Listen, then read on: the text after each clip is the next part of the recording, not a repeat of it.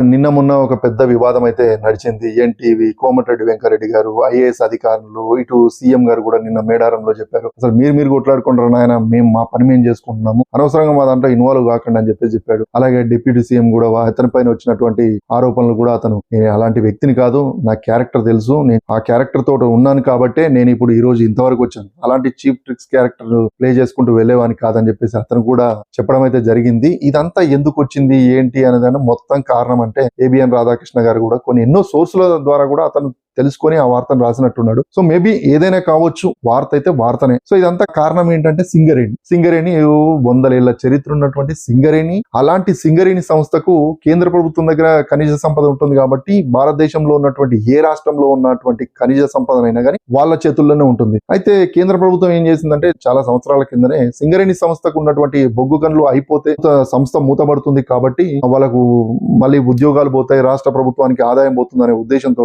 పక్కనే ఉన్నటువంటి ఒడిశా రాష్ట్రంలో నైని బ్లాక్ అని చెప్పేసి గనిని కేటాయించింది. ఆ గనిని కేటాయించింది కానీ ఈ సంస్థ మాత్రం చేయట్లేదు. ఎందుకంటే సింగరేణి సంస్థ ఇలాంటివి చేయాలంటే చాలా డబ్బులతో కూడుకున్నటువంటి వ్యవహారం కాబట్టి ఎందుకులే అని చెప్పేసి వదిలేసింది. వీటిని ఎలా చేస్తారంటే టెండర్లు ఇచ్చి ప్రైవేటు సంస్థలు తీసి బొగ్గునిస్తాయి. అప్పుడు ఈ సింగరేణి సంస్థ ఏం చేస్తుందంటే టన్నుకు ఇంత డబ్బులు అనేది ఈ ప్రైవేట్ సంస్థలకు ఇస్తుంటది అనమాట. అయితే ఈ కాంట్రాక్ట్ ఏంటంటే ఆ బావులను తవ్వడానికి ఇచ్చేటువంటి కాంట్రాక్ట్ ఏంటంటే 1604 కోట్ల రూపాయలు అనమాట. ఆ టెండర్ మరి గదానికి ఈ కంపెనీలు ఎందుకు పోటీ పడుతున్నాయని చెప్పేసి అంటే ఇందులో ఉన్నటువంటి 25 ఏళ్ల కాంట్రాక్ట్ అనమాట. ఆ కాంట్రాక్ట్ లో లాభాలు బాగా వస్తాయనే ఉద్దేశంతో చాలా కంపెనీలు పోటీ పడ్డాయంట. కొన్ని అనుభవం అనేటువంటి కంపెనీలను ఈ టెండర్ లోకి రానివ్వకపోవడంతోనే కోమటిరెడ్డి వెంకరెడ్డి గారు ఇందులోకి దిగి అప్పట్లోనే బీఆర్ఎస్ ప్రభుత్వంలో చేసినప్పుడు కూడా ఈ టెండర్ ని క్యాన్సిల్ చేపించాడంట. సెంట్రల్ కి వెళ్లి ఖనిజ సంపద బయట తీయడం వల్ల సింగరేణికి 51% ఉంటుంది, కేంద్రానికి 49% ఉంటుంది. అంటే ఒక 100 రూపాయలు సంపాదించుకుంటే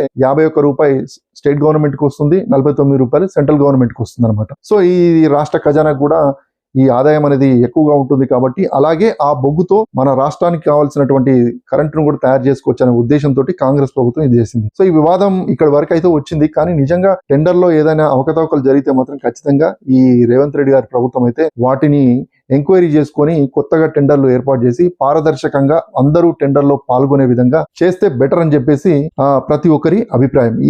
ఈ వీడియో మీకు నచ్చినట్టయితే సబ్స్క్రైబ్ చేయండి, కామెంట్ కూడా చేయండి, లైక్ కూడా చేయండి.